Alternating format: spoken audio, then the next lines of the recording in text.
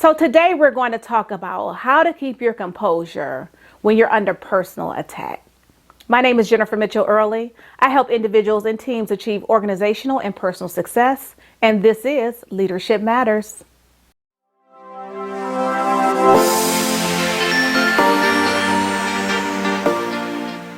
I've shared before that, I'm in elected office and all the things that I have been exposed to, accused of, associated with during my time in office, and just the personal attacks that I've been under personally regarding, domestic violence incident and a police report that was exposed, me being juxtaposed next to Idi Amin, the Ugandan dictator who was responsible for the genocide of his own people.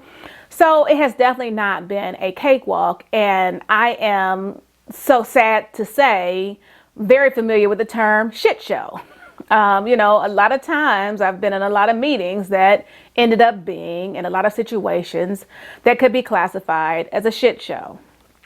And so I've had to figure out ways to maintain my peace, maintain my sanity, my decorum, my professionalism, and my character throughout. And it's still, I always tell you guys, I'm a work in progress. I'm still trying to work through some of these things.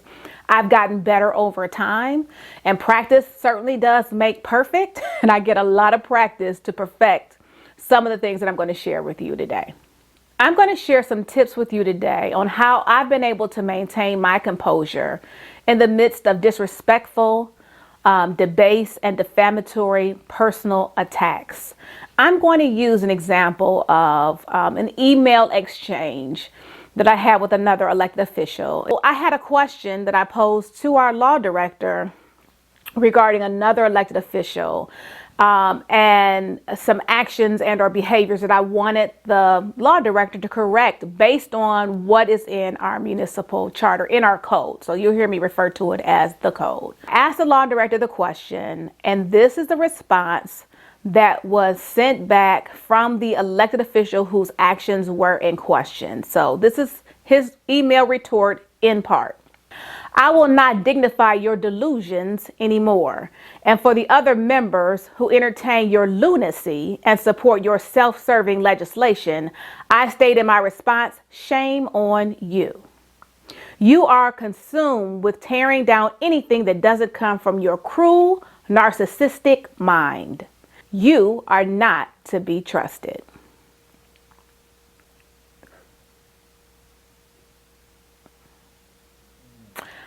That was my expression when I got the email response. Like, okay, where do I start?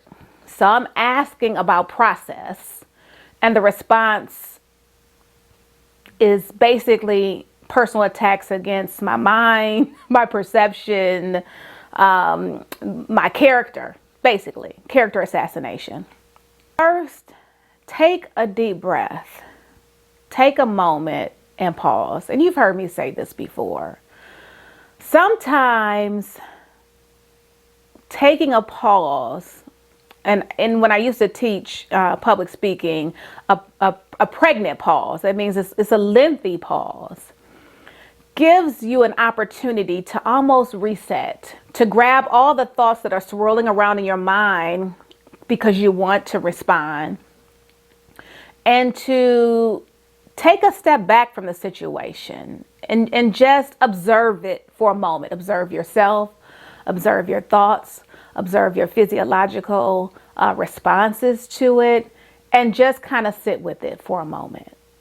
Taking a few breaths not only helps you calm down, but it will also help you to begin to think rationally, because when we're angry, we're not always able to think rationally. And in these situations, that's important.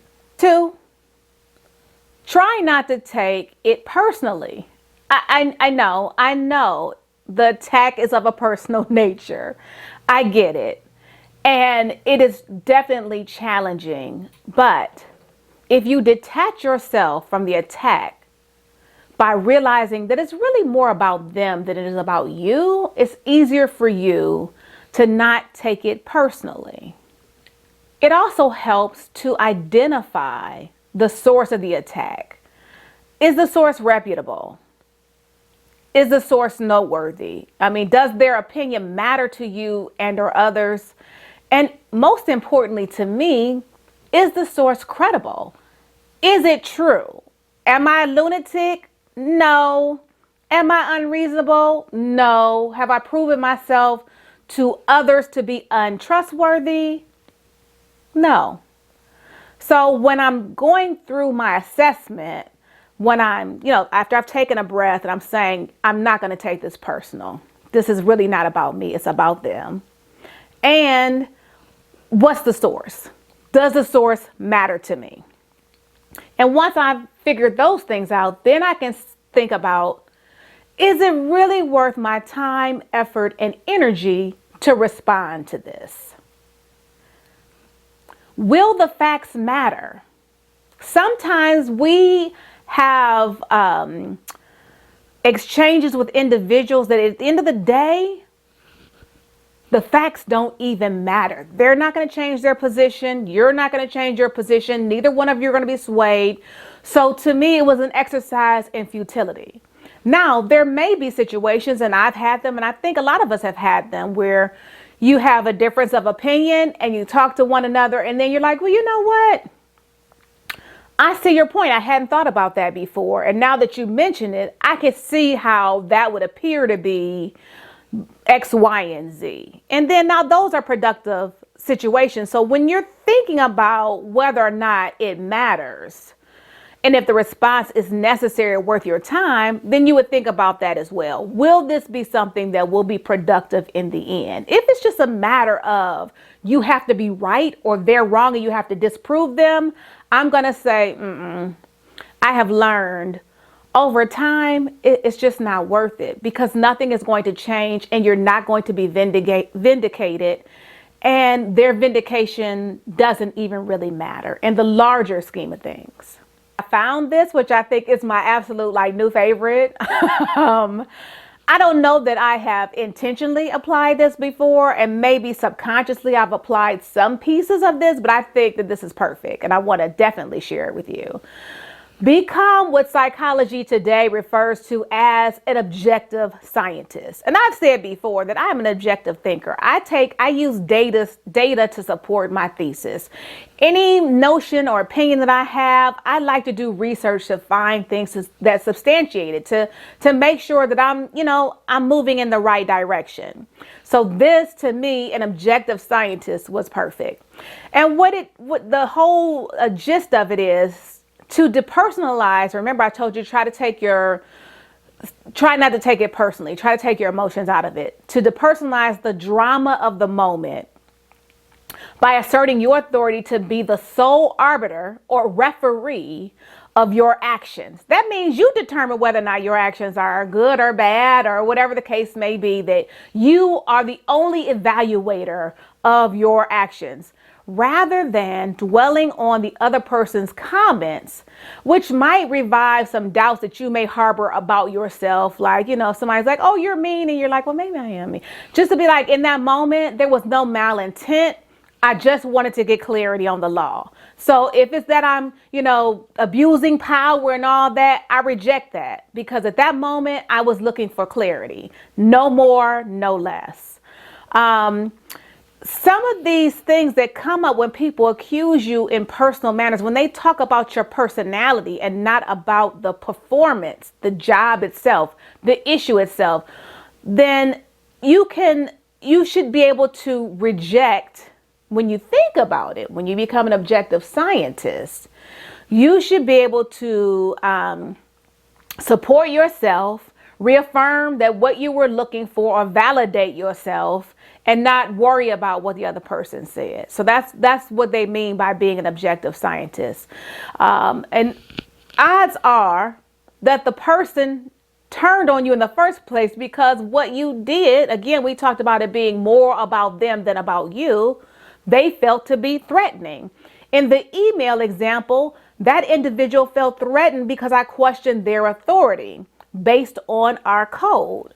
So that's not my issue. My issue was, did the behavior line up? Did you follow the code? I just want clarity. So you feeling threatened is about you. It's not about me seeking clarity. Understanding where the person comes from, not that that's the first thing that you want to do, but under the guise of an objective scientist, when you really start looking at, what it was, what caused them to strike out at you in that nature, helps you to formulate new ideas regarding what would motivate their likely retaliatory behavior. And if you can pinpoint it, if it's, oh, you feel threatened by me, by my authority, then that gives me some idea of where the attack is coming from. It's not necessarily coming from left field.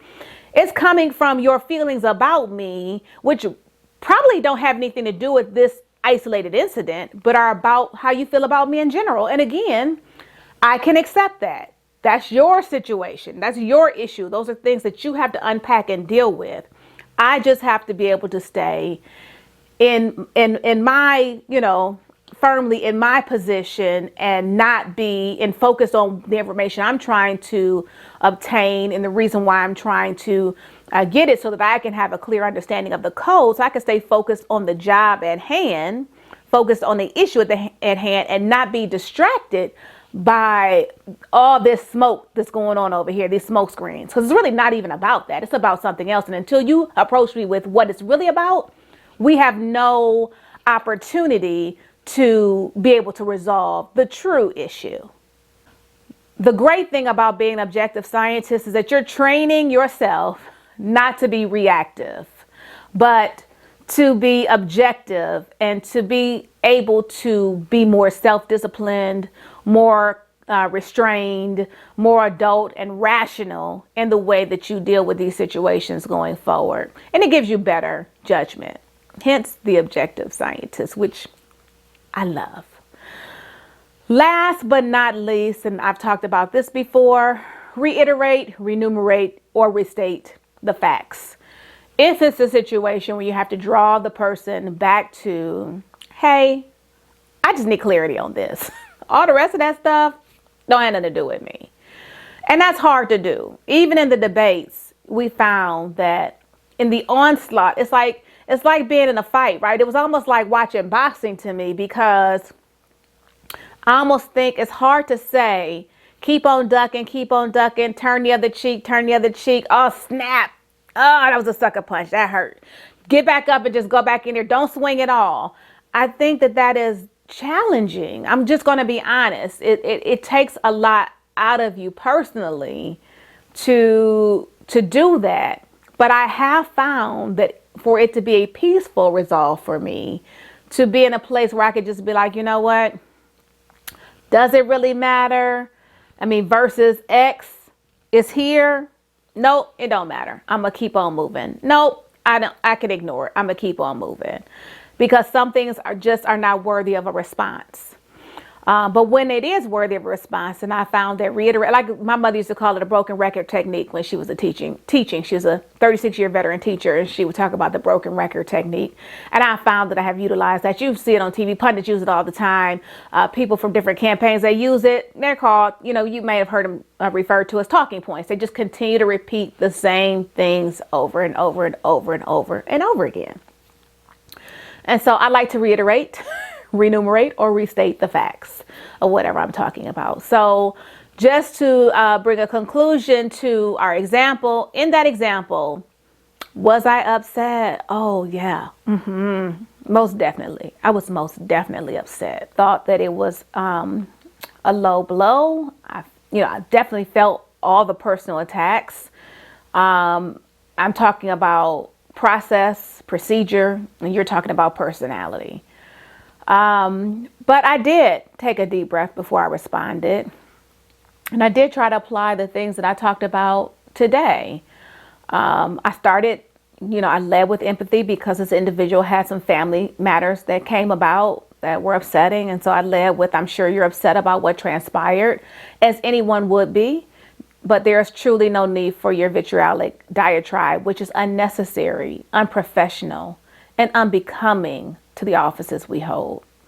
As a duly elected official, I have every right to question expenditures, travel, and anything else that directly impacts the municipality. In fact, That is my job. So now I'm going back to code. I'm going back to what is outlined in the code. That is my job responsibility. I'm going back to the fact that I am authorized to operate in this capacity because I was elected by the people. I go on to say that fortunately, your malice towards me personally, as well as your abhorrence towards my fulfilling the duties ascribed to me as an elected official by code and through the authority given to me by the decisive vote of our residents, which reelected me, does not change the law. Going back to the code, going back to the facts.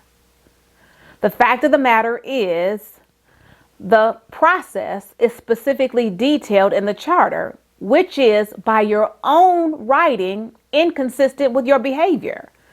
Facts. I'm taking you back to what you said you did or did not do. Facts. Nothing personal. Just listing, succinctly laying out the facts. Whether or not you find me trustworthy is not the requirement. The charter doesn't say anything about whether or not you find your colleague trustworthy. Simply stated, a text or email following the procedures outlined in the charter would have been sufficient. So there is a process outlined in our charter that had you followed it, there would have not been any questions about it. The fact is that you'll always have an opportunity sometime, somewhere in your life to be drawn into a discussion that goes wrong, that where people want a personal attack. And a lot of times that comes because they don't have anything that they can say to attack the position, to attack the issue, to attack the problem. And when they don't have they don't have a real argument, to say defense, defense that addresses the issue, the next thing they do is divert to personal attacks. And it's a distraction. That's all it is. It's to distract from the fact that there is nothing to support their argument, their position. There's nothing they can say that would make them right in the situation. Certainly, taking the shots, taking the personal shots, turning the other cheek is easier said than done. But it does, like I said before, it has gotten easier for me with practice and over time. Definitely turning of the cheek and, going high when they go low is an ego killer, right? Your ego definitely dies in those situations, and it goes out fighting. It doesn't just willingly okay, go be the better person. That's not how your ego works. Your ego wants an eye for an eye. Your ego wants to meet people where they are. But ultimately, it doesn't do you a service, and it doesn't do the people that you're representing a service. And I left this in a public sector context on purpose because I started with the debates. And I really haven't encountered this on a professional, private sector level because folks will get fired. There's HR implications for this type of behavior. You see now when videos pop up of people doing things or accusing people of things, you see that their companies turn right back around and fire them because they do not align with their corporate values. That type of behavior, personal attacks, does not align with corporate values, and corporations are quick to let people go, especially when it's been documented. Now, undocumented things, and depending upon how high you go, that's another conversation for another time. But I have learned that over time, it all equals out.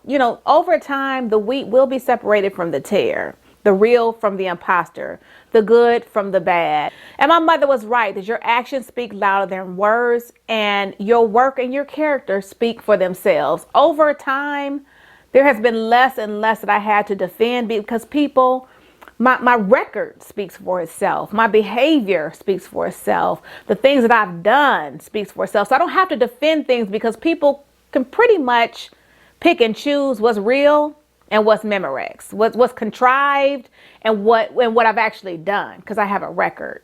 So I just thought I'd come on and just talk to you about a couple tips about, overcoming those personal attacks and being while still being true to you, but also, taking it up another level, going up a little bit higher, and, everything doesn't deserve your energy.